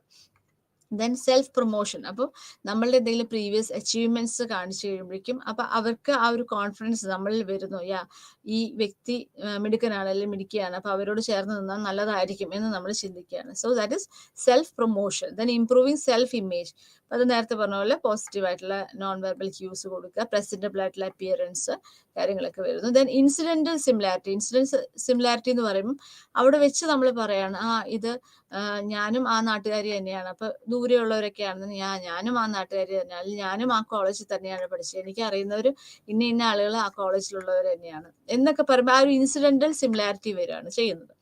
സോ അപ്പൊ അതുവഴിയൊക്കെ നമുക്ക് ആ ഒരു വ്യക്തി നമ്മളുടെ ഒരു സ്നേഹം പിടിച്ചു പറ്റുകയാണ് ചെയ്യുന്നത്. അങ്ങനെ അവർ പറയുന്നത് നമ്മൾ എഗ്രി ചെയ്യുന്ന ഒരു സിറ്റുവേഷൻ, അല്ലെങ്കിൽ അവരുടെ റിക്വസ്റ്റ് എഗ്രി ചെയ്യുന്ന ഒരു സാഹചര്യമാണ് വരുന്നത്. So that is tactics based on consistency tactic ആണ് പറയുന്നത്. അത് it's based upon the principle of commitment or consistency. So അതിനെ ബേസ് ചെയ്തിട്ടുള്ള ടാക്ടിക്സിൽ ഒന്ന് പറയുന്നത് foot in the door technique ആണ് പറയുന്നത്. So foot in the door എന്ന് പറയുമ്പോൾ ആദ്യം ഒരു ചെറിയ റിക്വസ്റ്റിൽ തുടങ്ങിയിട്ട് അത് ഓക്കെ പറഞ്ഞു കഴിയുമ്പോഴേക്കും വലിയ റിക്വസ്റ്റിലേക്ക് പോവുകയാണ് ചെയ്യുന്നത്. സോ ഓൾറെഡി നമ്മൾ കമ്മിറ്റ് ചെയ്തത് കൊണ്ട് നമ്മൾക്ക് ആദ്യം ഒരു സ്മോളർ റിക്വസ്റ്റ് വരുമ്പോൾ ശരി നമ്മളത് വാങ്ങിക്കാം അല്ലെങ്കിൽ നമ്മളത് ചെയ്യാം എന്ന് പറയുന്നു. അപ്പം അങ്ങനെയാണെങ്കിൽ ഇത് ഈ ഒരു റിക്വസ്റ്റ് കൂടി നമ്മൾ കൊടുക്കുമ്പോൾ നമ്മൾ ആദ്യമേ പറഞ്ഞു പോയല്ലോ എന്നോർത്തിട്ട് നമ്മളത് കമ്മിറ്റ് ചെയ്യുന്ന ഒരു സാഹചര്യമാണ്. So that is foot in the door technique. So നമുക്ക് തന്നെ അറിയാം, ഇപ്പോൾ ഒരു മൊബൈൽ കമ്മ്യൂണിക്കേഷൻ സർവീസസ് ആദ്യമേ വന്നത്. സോ അവർ ആദ്യമേ ഫ്രീ കോളിങ്ങും ഡേറ്റ സർവീസൊക്കെ പറഞ്ഞു. അത് കഴിഞ്ഞിട്ട് പിന്നെ കുറച്ച് കാര്യങ്ങൾ നമ്മളത് ഉപയോഗിച്ച് ശീലിച്ചു കഴിഞ്ഞപ്പോഴേക്കും അവർ പയ്യെ ചാർജസ് കൂട്ടാൻ തുടങ്ങി. ഇപ്പൊ ചാർജസ് വന്നു കഴിയുമ്പം മറ്റേ ഇത് കൂടാതെയുള്ള ബാക്കിയുള്ള മൊബൈൽ കമ്മ്യൂണിക്കേഷൻ സർവീസസുമായിട്ട് മാച്ച് ചെയ്ത് നോക്കുമ്പോൾ ഏകദേശം അതേപോലെ തന്നെ റേറ്റ് അവരും ഈടാക്കുന്നുണ്ട്. പക്ഷെ നമ്മൾ ഓൾറെഡി കമ്മിറ്റ് ചെയ്തുകൊണ്ട് നമ്മൾ അതിൽ നിന്ന് മാറ്റുന്നില്ല എന്നുള്ളതാണ്. So that is foot in the door technique. അടുത്തത് ലോ ബോൾ പ്രൊസീജിയർ ആണ്. ലോ ബോൾ പ്രൊസീജിയറിൽ പറയുന്നത് this involves offering an attractive deal to the customers but then after they accept the changing that offer in some way. അപ്പം ആ ഒരു ആദ്യമേ accept ചെയ്തതിന് ശേഷം നമ്മൾ പറയുന്നു ആ ഒരു ഓഫറിൽ ഇന്ന ചെറിയ ഇഷ്യൂസ് ഉണ്ട് എന്ന് നമ്മുടെ അടുത്ത് പറയണം. അപ്പൊ നമുക്ക് എന്താണ്, അത് അത്ര ലാഭകരമല്ല, നമ്മൾ പിന്നീട് മനസ്സിലാക്കുകയാണ് ചെയ്യുന്നത്. പക്ഷെ നമ്മൾ ഓൾറെഡി കമ്മിറ്റ് ചെയ്തുകൊണ്ട് നമ്മൾ അതുമായിട്ട് മുമ്പോട്ട് പോവുകയാണ് ചെയ്യുക. So that is low ball procedure. Then അടുത്തത് bait and switch tactic. So ഇതിൽ പറയുന്നത് നമ്മളുടെ അടുത്ത് കടകളിലൊക്കെ നമുക്ക് കാണാൻ പറ്റും, ഇപ്പൊ 75% ഫ്ലാറ്റ് ഓഫ് എന്ന് പറഞ്ഞിട്ട് 4 സെലക്റ്റഡ് ഐറ്റംസ് എന്നുള്ളത് ചിലപ്പോൾ താഴെ വളരെ ചെറിയ ലെറ്റേഴ്സിലായിരിക്കും കൊടുത്തിരിക്കുക. സോ അപ്പം അങ്ങനെ വരുമ്പോൾ നമ്മൾ ആ ഫ്ലാറ്റ് 75% ഓഫ് എന്ന് പറയുന്നതായിരിക്കും നമ്മൾ കാണുക. അപ്പൊ നമ്മൾ കടയിൽ കയറി കഴിഞ്ഞിട്ട്, ആ ഷോപ്പിൽ കയറി കഴിഞ്ഞിട്ട് നമ്മൾ നോക്കുമ്പോഴായിരിക്കും ഈ 75% ഓഫ് എന്ന് പറയുന്നത് ഇപ്പം അൺഅവൈലബിൾ ആയിരിക്കും, അല്ലാതെ വളരെ ലോ ക്വാളിറ്റിയിലായിരിക്കും നിൽക്കുക. അപ്പൊ അവിടെ കുറച്ചും കൂടി ഒരു ഹയർ ക്വാളിറ്റിയിൽ, അല്ലെങ്കിൽ ഇപ്പോൾ ഒരു 50% ഓഫിൽ വരുന്ന വേറൊരു ഐറ്റംസ് അവിടെ കാണുമ്പോൾ നമ്മൾ അത് വാങ്ങിച്ചിട്ട് പുറത്തേക്ക് ഇറങ്ങുന്നതാണ് സംഭവിക്കാം. സോ എന്തായാലും നമ്മൾ കയറിയില്ലേ എന്ന് ഓർത്തിട്ട് നമ്മൾ വാങ്ങിക്കുന്ന ഒരു സാഹചര്യം നമുക്ക് അവിടെ കാണാൻ സാധിക്കും. So that is bait and switch tactic. Then അടുത്തത് റെസിപ്രോസിറ്റിനെ ബേസ് ചെയ്തിട്ടുള്ള ടാക്ടിക്സ് ആണ്. റെസിപ്രോസിറ്റി പ്രിൻസിപ്പിളിനെ ബേസ് ചെയ്തിട്ടുള്ള ടാക്ടിക്സ്. അതിനകത്ത് ഫസ്റ്റ് വരുന്നത് door in the face. So door in the ഫേസിൽ പറയുന്നത് എന്താണ്, ആദ്യം ഒരു ലാർജർ റിക്വസ്റ്റ് ആണ് നമ്മളടുത്ത് ചോദിക്കുക. അപ്പൊ നമ്മളത് റെഫ്യൂസ് ചെയ്യാണ് ചെയ്യുന്നത്. അപ്പൊ അത് നമ്മൾ റെഫ്യൂസ് ചെയ്ത് കഴിയുമ്പോൾ അവര് ഒരു സ്മോളർ റിക്വസ്റ്റിലേക്ക് വരികയാണ് ചെയ്യുന്നത്. സോ അപ്പൊ അതും നമ്മൾ റെഫ്യൂസ് ചെയ്യണം. അപ്പൊ ആദ്യത്തെ ആ ലാർജർ റിക്വസ്റ്റിൽ നിന്ന് അവർ സ്മോളർ റിക്വസ്റ്റിലേക്ക് കൊണ്ടുവന്നു. സോ അപ്പൊ അങ്ങനെ വരുമ്പം ആ ഒരു റിക്വസ്റ്റ് നമ്മൾ ഏറ്റെടുക്കുകയാണ് ചെയ്യുന്നത്. അതിനനുസരിച്ച് നമ്മളുടെ ബിഹേവിയർ ചേഞ്ച് ചെയ്യുന്നതിനെയാണ് നമ്മൾ door in the face tactic എന്ന് പറയുന്നത്. Okay, so foot in the ഡോറിന്റെ നേരെ ഓപ്പോസിറ്റ് ആണ് ഡോർ ഇൻ ദ ഫേസ് എന്ന് പറയുന്നത്. അടുത്തത് ഫുട്ട് ഇൻ ദ മൗത്ത് ആണ്.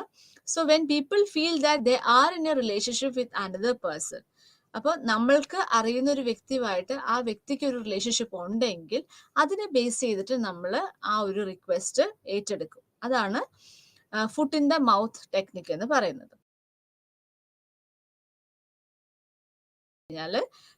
ഒരു ഇനീഷ്യൽ റിക്വസ്റ്റ് വരുന്നു.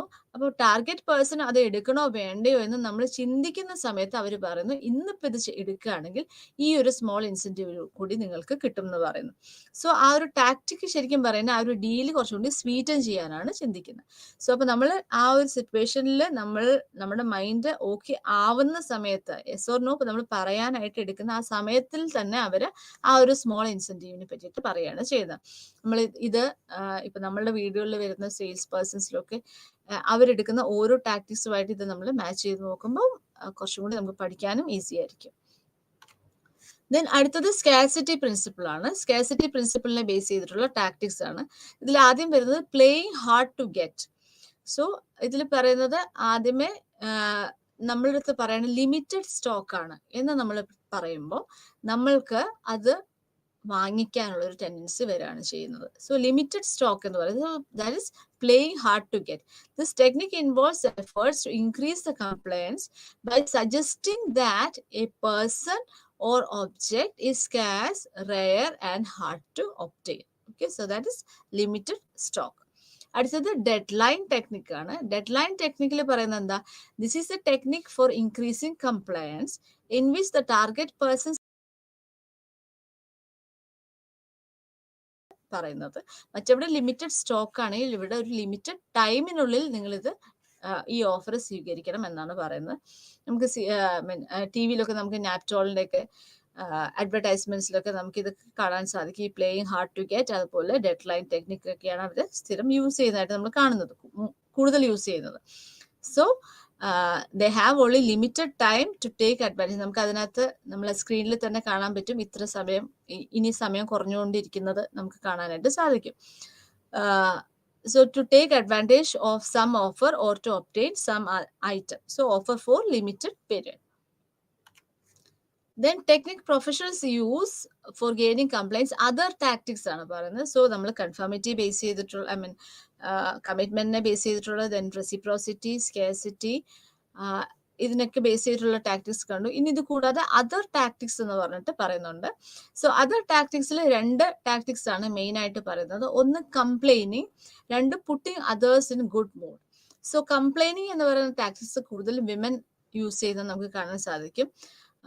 സോ ഒരു ഡിസ്കണ്ടന്റ് ആണ് അവിടെ എക്സ്പ്രസ് ചെയ്യുന്നത്, അല്ലെങ്കിൽ ഒരു ഡിസാറ്റിസ്ഫാക്ഷൻ അല്ലെങ്കിൽ റിസെന്റ്മെന്റ് ഓർ റിഗ്രറ്റ് ആണ് നമ്മൾ അവിടെ എക്സ്പ്രസ് ചെയ്യുന്നത്. സോ ഇത് എക്സ്പ്രസ് ചെയ്യുന്നതിലൂടെ നമ്മൾ വേറൊരു വ്യക്തിയെ ഇൻഫ്ലുവൻസ് ചെയ്യാണ് ചെയ്യുന്നത്. ഫോർ എക്സാമ്പിൾ ഇപ്പം നമ്മളിപ്പം ഷോപ്പിങ്ങിന് കൊണ്ടുപോകുന്നില്ല, നമ്മളിപ്പം ഇന്നടുത്ത് കൊണ്ടുപോകുന്നില്ല, അല്ലെങ്കിൽ നമ്മൾ ആഗ്രഹിക്കുന്ന രീതിയിൽ നമുക്ക് കാര്യങ്ങൾ ചെയ്തു തരുന്നില്ല എന്ന് ഫ്രീക്വന്റ് ആയിട്ട് കംപ്ലൈന്റ് പറയുമ്പം ഈ കംപ്ലൈന്റ് കുറച്ചേക്കാം എന്ന് നമ്മൾ ചിന്തിച്ച്, ഇപ്പം സ്പൗസ് ആണെങ്കിലും നമ്മൾ അങ്ങനെ കംപ്ലൈന്റ് കുറയ്ക്കാം എന്ന് ചിന്തിച്ചിട്ട് നമ്മൾ കാര്യങ്ങൾ ചെയ്തു കൊടുക്കുക. അങ്ങനെ നമ്മളുടെ ബിഹേവിയറിൽ ചേഞ്ച് വരുത്തുക, വേറൊരു വ്യക്തിയിൽ ചേഞ്ച് വരുത്തുന്നതിനെയാണ് നമ്മൾ കംപ്ലൈനിങ് ടാക്ടിക് എന്ന് പറയുന്നത്. So complaining involves expressions of discontent and dissatisfaction with oneself or some aspect of the external world, and often such statements are simple expressions of personal states. Then അടുത്തത് putting others in good mood. അപ്പൊ ഇതിന് നമ്മൾ പറയുന്നത്, നമ്മളുടെ ഭാഷയിൽ നമ്മൾ പറയുന്ന ഒരു കാര്യമാണ് സോപ്പിട്ട് നിൽക്കുക എന്ന് പറയുന്നത്. സോ ആദ്യമേ ആളുകളുടെ മൂഡ് എങ്ങനെയാണെന്ന് നമ്മൾ നോക്കിയിട്ട് ആ മൂഡ് ഒരു ഗുഡ് മൂഡിൽ ആക്കിയതിന് ശേഷം, അല്ലെങ്കിൽ ഗുഡ് മൂഡിലാണോ എന്ന് നമ്മൾ നോക്കിയതിന് ശേഷം നമ്മൾ റിക്വസ്റ്റ് വെക്കുന്നതിനാണ് putting others in good mood tactic എന്ന് പറയാം. So people's mood often exert a strong effect on their behavior, and it seems that this principle also holds with respect to compliance. So when individuals are in a good mood, they tend to be more willing to say yes to various requests than when they are in a neutral or negative mood. So നമ്മളൊരു neutral അല്ലെങ്കിൽ negative മൂഡിലിരിക്കുന്നതിനേക്കാൾ നമ്മളൊരു positive മൂഡിലിരിക്കുകയാണെങ്കിൽ നമ്മളുടെ ആ ഒരു willingness to say yes will be more എന്നാണ് മനസ്സിലാക്കേണ്ടത്. സോ ഇതാണ് basic principles and the corresponding tactics. അത് ഇമ്പോർട്ടൻ്റ് ആണ്. എക്സാം പോയിന്റ് ഓഫ് വ്യൂവിൽ നമ്മൾ സ്ഥിരമായിട്ട് നമ്മൾ ഈ ചോദ്യങ്ങളെല്ലാം കാണാറുണ്ട്. ദെൻ അടുത്ത ഏരിയ ഓഫ് സോഷ്യൽ ഇൻഫ്ലുവൻസ് എന്ന് പറയുന്നതാണ് ഒബീഡിയൻസ്. സോ ഒബീഡിയൻസ് എന്ന് പറയുമ്പോൾ എന്താ, ഒബേ എന്ന് പറയുന്ന ഒരു വാക്കാണ് നമ്മളിപ്പോൾ ചിന്തിക്കേണ്ടത്. സോ അവിടെ ഒരു ഓർഡർ ഉണ്ടാവും.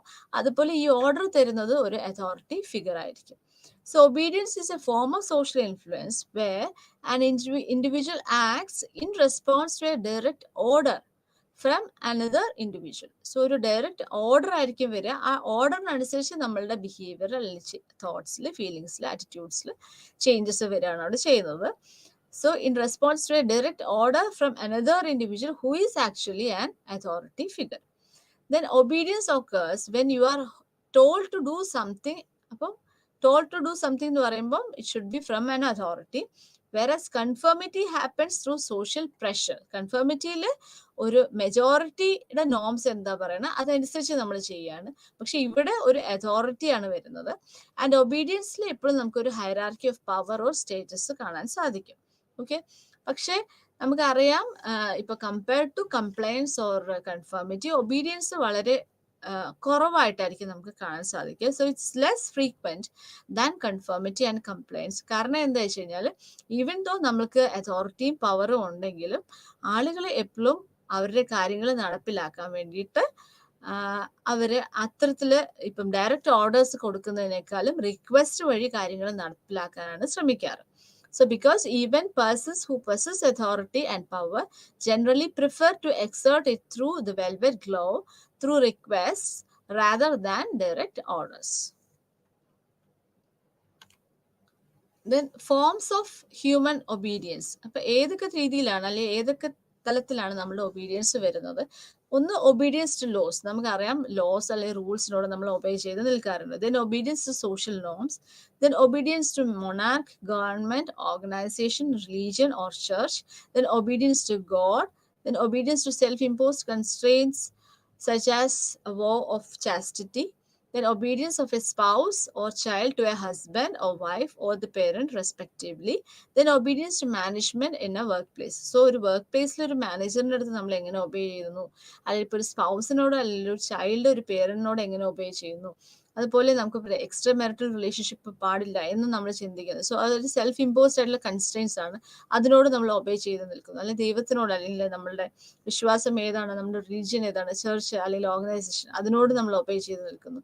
സോഷ്യൽ നോംസ് എന്താണോ അതിനോട് നമ്മൾ ഒബേ ചെയ്ത് നിൽക്കുന്നു. ഫോർ എക്സാമ്പിൾ ഇപ്പോൾ സ്മോക്കിംഗ് സ്ട്രിക്ട്ലി പ്രൊഹിബിറ്റഡ് എന്ന് പറയുമ്പോൾ ആ സോഷ്യൽ നോമിനോട് നമ്മൾ ഒബീഡിയൻസ് നമ്മൾ കാണിക്കുന്നുണ്ട്. ദെൻ ലോസിനോട് നമ്മൾ ഒബേ ചെയ്ത് നിൽക്കുന്നു. So these are some of the forms of human obedience. Then ഇതുമായിട്ട് റിലേറ്റ് ചെയ്തിട്ടുള്ള കുറച്ച് എക്സ്പെരിമെന്റ്സ് ആണ്. സോ ഇതിനകത്ത് ആദ്യം പറയുന്നത് മിൽഗ്രമിന്റെ എക്സ്പെരിമെന്റ് ആണ്. സോ നമ്മള് കൺഫർമിറ്റി പറയുമ്പോൾ സോളമൻ ഇ ആഷനെ ഓർക്കുക. ദെൻ കംപ്ലൈൻസ് പറയുമ്പോൾ സിയാൽഡിനി, റോബർട്ട് സിയാൽഡിനി ആണ് കംപ്ലൈൻസ് എക്സ്പെരിമെന്റ്സ് ഒക്കെ കൂടുതൽ നടത്തിയിരിക്കുന്നത്. അതുപോലെ ഒബീഡിയൻസ് വരുമ്പോൾ മിൽഗ്രാം തന്നെയാണ് നമ്മൾ കൂടുതലും ഓർക്കുന്നത്. So Milgram, then Stanford experiment, ഇതൊക്കെയാണ് നമ്മൾ മെയിൻ ആയിട്ട് കാണുന്ന എക്സ്പെരിമെന്റ്സിൽ പറയുന്നത്. സോ ഫസ്റ്റ് മിൽഗ്രാമിന്റെ എക്സ്പെരിമെന്റിൽ the first of which was carried out in 1961. 1961 ഈ ഒരു ഫസ്റ്റ് എക്സ്പെരിമെന്റ് കണ്ടത്. സോ ഇതിൽ പറയുന്നത് ഒരു ഇലക്ട്രിക് ഷോക്ക് നമ്മൾ കൊടുക്കുകയാണ് ചെയ്യുന്നത്. സോ സിവിലിയൻസിന്റെ മിൽഗ്രംസ് ഇതിൽ പറയുന്നത് ഒരു ലേണറും അതുപോലെ ഒരു ടീച്ചറുമാണ് അവിടെ വരുന്നത്. സോ ടീച്ചർ ശരിക്കും പറയുന്ന ടീച്ചറാണ് അവിടെ റിയൽ പാർട്ടിസിപ്പന്റ്, ആൻഡ് ലേണർ എന്ന് പറയുന്നത് എക്സ്പെരിമെന്ററിന്റെ കോൺഫെഡറേറ്റ് ആണ്. സോ പക്ഷെ ഈ ടീച്ചർ വിചാരിക്കുന്നത് അവരും ഒരു റിയൽ ടീച്ചർ ആയിട്ട് തന്നെയാണ് അവരെ കണക്കാക്കുന്നത്. ഈവൻ ദോ അവര് സിവിലിയൻസ് ആയിട്ടുള്ള വോളണ്ടിയേഴ്സ് ആണെങ്കിൽ പോലും അവർ ആ രീതിയിലാണ് ചിന്തിക്കുക. സോ അപ്പൊ ഈ ലേണേഴ്സ് എപ്പോ തെറ്റുത്തരം പറഞ്ഞിട്ടുണ്ടെങ്കിലും ടീച്ചേഴ്സ് ഷോക്ക് കൊടുക്കണം എന്നുള്ളതാണ്. അപ്പൊ ഷോക്ക് 15 to 450 വോൾട്സ് വരെയാണ് ആ ഷോക്ക് പറയുന്നത്. ആ ഷോക്കും വളരെ ഫേക്ക് ആയിട്ടുള്ള ഷോക്കാണ്, റിയൽ ഷോക്ക് അല്ല. അതുപോലെ ഈ ഷോക്ക് കിട്ടുന്നുണ്ട് എന്ന് പറയുന്ന കിട്ടാനായിട്ട് ഇരിക്കുന്ന ലേണേഴ്സും അവരും റിയൽ ആയിട്ടുള്ള പാർട്ടിസിപ്പൻസ് അല്ല, അവരും കോൺഫെഡറേറ്റ്സ് ആണ്. അപ്പോൾ എപ്പോ തെറ്റുത്തരം പറഞ്ഞിട്ടുണ്ടെങ്കിലും നമ്മൾ ഷോക്ക് കൊടുക്കണം എന്നുള്ളതാണ് എക്സ്പെരിമെന്ററിന്റെ ഇൻസ്ട്രക്ഷൻ പറയുന്നത്. സോ ഓരോ പ്രാവശ്യം തെറ്റുത്തരം പറയുമ്പോഴും ആ ഷോക്കിന്റെ ലെവൽ കൂട്ടി കൊണ്ടുവരാനാണ് പറയുന്നത്. 15 മുതൽ കൂട്ടി 450 വരെ വോൾട്സ് വരാനായിട്ടാണ് പറയുന്നത്. സോ അതിനകത്ത് 300 വരുമ്പോഴേക്ക് 300 വരെ ആവുമ്പോഴേക്കും ആളുകൾ ചിലപ്പോൾ ഫെയിന്റ് ചെയ്യുന്നത് കാണാറുണ്ട്. പക്ഷെ എന്നാൽ പോലും കണ്ടിന്യൂസ് ആയിട്ട് ഷോക്ക് കൊടുക്കുന്ന സീനും നമ്മൾ കാണുന്നു. സോ ഇതിൽ നിന്ന് മനസ്സിലാക്കുന്നത് എക്സ്പെരിമെന്റർ എന്താണോ പറയുന്നത്, നമ്മുടെ ഹയർ അതോറിറ്റി എന്ത് പറഞ്ഞു അപ്പം അതനുസരിച്ച് നമ്മൾ ഒബേ ചെയ്ത് നിൽക്കുകയാണ്. അവിടെ ഒരു വേറെ കൺസിഡറേഷനോ അല്ലെങ്കിൽ അവിടെ തെറ്റുണ്ടോ ശരിയുണ്ടോ ഇതിനെ കുറിച്ചിട്ടോ ഒന്നും ആളുകൾ ചിന്തിക്കുന്നില്ല. അപ്പൊ ഒരു ഡിസ്ട്രക്റ്റീവ് ലെവൽ ഓഫ് ഒബീഡിയൻസിനെ പറ്റിയിട്ടാണ് ഇദ്ദേഹം പറയുന്നത്. So the experimenter proves that obedience is something human teach one another and follow through with.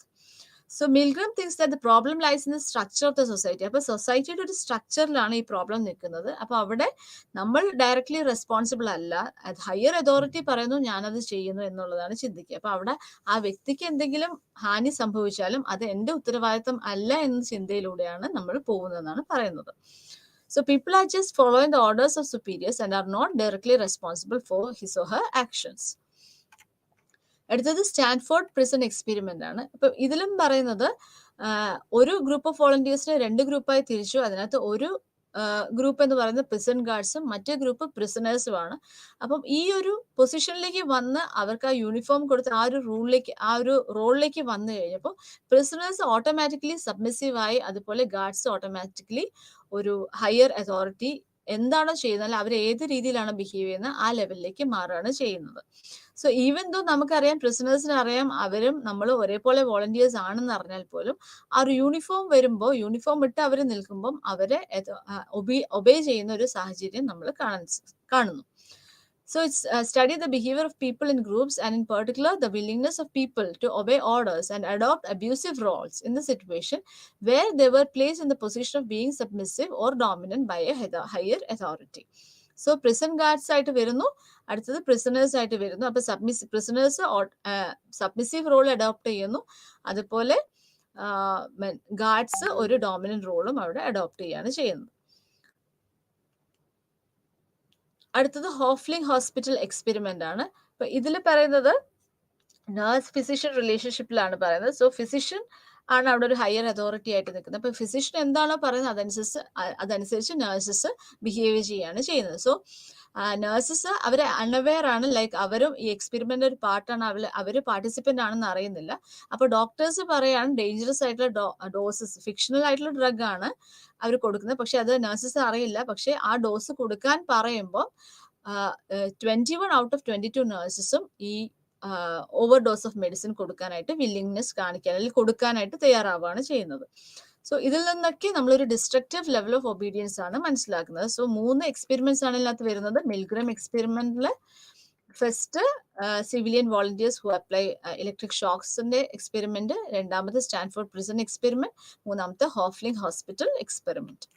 Then എന്തുകൊണ്ടാണ് റീസൺസ് ഫോർ ഡിസ്ട്രക്റ്റീവ് ഒബീഡിയൻസ്, എന്തുകൊണ്ടാണ് ആ ഒരു ഡിസ്ട്രക്റ്റീവ് ലെവൽ ഓഫ് ഒബീഡിയൻസ് വരുന്നതെന്ന് പറയുമ്പോൾ, ഒന്ന് നമുക്ക് അവിടെ ഒരു ഗിൽറ്റ് ഫീലിംഗ് അവിടെ വരുന്നില്ല എന്നുള്ളൊരു കാര്യം, 2 ഒരു യൂണിഫോം ഇട്ട് കഴിയുമ്പോൾ it's A simple of authority, അപ്പൊ നമ്മൾ അവരെ ഒബേ ചെയ്യണം എന്നുള്ളൊരു അവസ്ഥ വരുന്നു.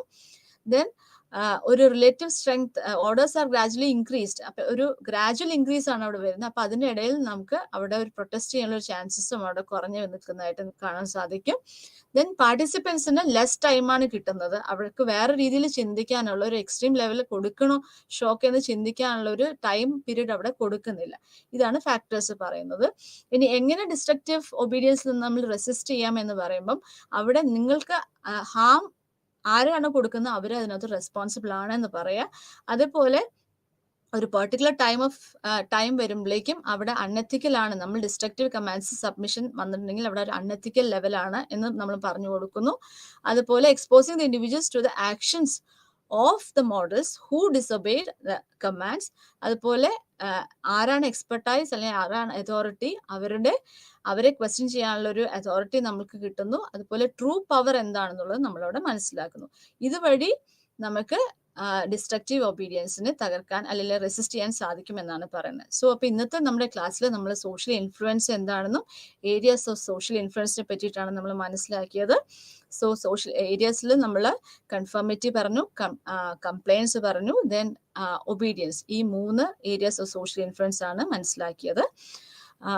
ഇന്നത്തെ ക്ലാസ്സിൽ നമ്മൾ ഏരിയാസ് ഓഫ് സോഷ്യൽ ഇൻഫ്ലുവൻസ്, അതിൽ conformity, compliance and finally obedience, then ലാസ്റ്റിൽ റെസിസ്റ്റിംഗ് ഡിസ്ട്രക്റ്റീവ് ഒബീഡിയൻസ് ആണ് നമ്മൾ മനസ്സിലാക്കിയത്.